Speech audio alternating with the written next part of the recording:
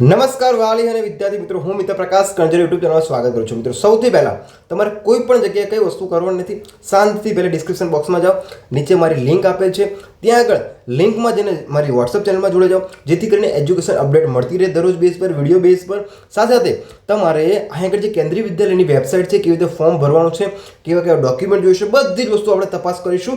સાથે સાથે કેવી રીતે એની પ્રોસેસ હોય છે એ પણ જોઈશું. ડિસ્ક્રિપ્શન બોક્સમાં બધાને લિંક આપેલી હશે, ત્યાં આગળ તમે જઈને એઝ અ ઓફિશિયલ વેબસાઇટ પર તમે કામ કરી શકશો. મિત્રો, તો સૌથી પહેલાં શું છે અપડેટ કે 2 એપ્રિલ સુધી ઓનલાઈન અરજી કરી શકાશે. શેની પણ ઓનલાઈન અરજી કરી શકાશે? સમજો કે 48 કેન્દ્રીય વિદ્યાલયોમાં ધોરણ 1 અને બાલાવાડીમાં પ્રવેશ શરૂ. કે બાલાવાડી એટલે વસ્તુ સમજો જુનિયર સિનિયર, કે જે તમે જો કહો છો મિત્રો, એ હવે ઇંગ્લિશ માધ્યમમાં CBSE સ્ટાર્ટ કર્યું છે કે બાલાવાડી ધોરણ 1 અને બાલાવાડી પ્રવેશ સ્ટાર્ટ થઈ ગયો છે. કેટલી બેઠક છે મિત્રો કે અમદાવાદ રિજનમાં, એટલે કે આપણે જે વિરંગામ અમદાવાદ જે પણ તાલુકાની અરાઉન્ડ, એટલે કે વિરંગામના અમદાવાદ રિજનની કે જે પણ સ્કૂલ આવે છે કેન્દ્રીય વિદ્યાલય, એ બધામાં એડમિશન પ્રોસેસ સ્ટાર્ટ થઈ ગઈ છે.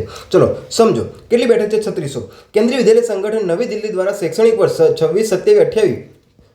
2026 અને 27 માટે ગુજરાતના 48 સહિત કેન્દ્રમાં 1289 કેન્દ્રીય વિદ્યાલયમાં બાલાવાડી અને ધોરણ 1માં પ્રવેશની પ્રક્રિયાનો પ્રારંભ થઈ ગયો છે. તો મિત્રો, અવશ્ય આજને આજ જ તમે આ વેબસાઇટ નીચે ડિસ્ક્રિપ્શન બોક્સમાં આપેલ છે, ત્યાં આગળ તમે જઈને ઓફિશિયલ વેબસાઇટ જોઈ શકશો.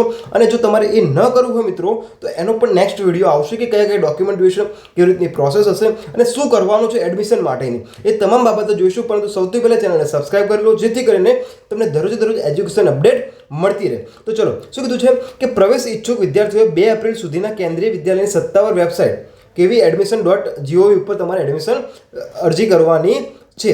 તો ચલો હવે આગળ જોઈએ કે અમદાવાદ રિજનની 48 કેન્દ્રીય વિદ્યાલયમાં ધોરણ 1 અને 2800 અને બાલવાટિકાના 800ની મળીને કુલ 3600 બેઠક પર મેરિટના આધારે પ્રવેશ આપશે. એટલે અહીં કોઈ લાગવગ ચાલશે નહીં. જે તમારું મેરિટ હશે એ પ્રમાણે તમને એડમિશન પ્રોસેસમાં તમે પાર્ટિસિપેટ કરી શકશો. ચલો, અરજી કરવાની રીત. તો અરજી કેવી રીતે કરશો એ પણ જોઈશું. પરંતુ હજુ કહું છું કયા કયા પ્રકારના ડોક્યુમેન્ટ જોઈશે, કેવી રીતની પ્રોસેસ થશે, કેવી રીતે મેરિટ આવશે અને શું છે, એ બધી જ અપડેટ આપણે જોતા રહેવાની છે.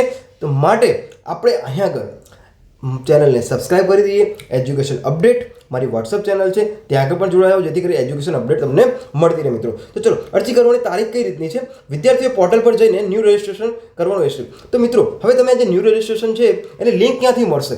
નીચે ડિસ્ક્રિપ્શન બોક્સમાં લખેલું છે ન્યૂ રજિસ્ટ્રેશન લિંક. એટલે તમે ત્યાં આગળ જઈને બેટા ડાયરેક્ટ જ લિંક ખોલી શકશો. કે નહીં તો શું છે, કેન્દ્રીય વિદ્યાલયની બહુ જ કોમ્પ્લિકેટેડ લાગે છે વેબસાઇટ. ઓકે, કે જે અભણ વ્યક્તિ હોય, અભણ વાલી હોય, જેને ઇંગ્લિશ ફાવતું ન હોય, હિન્દી પ્રોપર ન ફાવતું હોય, એ વાલી દ્વારા ખૂબ જ અડચણ અનુભવાય છે. તો આના માટે મેં સ્પેસિફિકલી મને જે પ્રોબ્લેમ થઈ છે એ પ્રોબ્લેમ હું ડિસાઇડ કરીને એઝ વેલ નીચે ડિસ્ક્રિપ્શન બોક્સમાં લિંક મૂકી છું, ત્યાં આગળ જઈને તમે ઓફિશિયલ વેબસાઇટમાં જઈને જોઈ લેજો. ના હોય તો મને પર્સનલી મેસેજ કરજો, નીચે મારો નંબર હશે, મારી વોટ્સઅપ લિંક પણ આપેલી હશે, કરવાનું રહેશે. ત્યારબાદ મને લોગિન આઈડી કોડ, જન્મ તારીખ અને મદદથી ફોર્મ ભરી શકાશે. ફોર્મમાં જરૂરી દસ્તાવેજો અને ફોટો અપલોડ કરી પ્રિન્ટ લેવાની રહેશે. જ્યારે ધોરણ 2 અને તેથી ઉપરના ધોરણ 8 અને 2 થી 8ના એપ્રિલ દરમિયાન સંબંધિત સ્કૂલમાં ઓફલાઈન પ્રવેશ પ્રક્રિયા ચાલશે. જો શું કીધું છે કે અહીંયા આગળ તમારે પાસપોર્ટ સાઇઝનો ફોટો જોઈશે નવો. એટલે એઝ વેલ હું તમને ડોક્યુમેન્ટ કયા કયા જોઈશે સ્પેસિફિકલી અલગ વિડીયો બનાવી આપીશ. પરંતુ શું કહે છે, અત્યારે તમારી પાસે શું હોવું જોઈએ? ફોટો અપલોડ કરી પ્રિન્ટ લેવાની રહેશે. એટલે શું કરવાનું છે? અપલોડ જન્મ તારીખનો દાખલો તમારી આગળ હોવો જોઈએ, પાસપોર્ટ સાઇઝનો ફોટો હોવો જોઈએ, એટલું તો કેપેબલ હોવું જ જોઈએ તમારી પાસે એમ. ચલો, જ્યારે ધોરણ 2 અને તેથી ઉપરના ધોરણો માટે 2 થી 8 એપ્રિલ દરમિયાન સંબંધિત સ્કૂલોમાં ઓફલાઈન પ્રવેશ પ્રક્રિયા ચાલશે.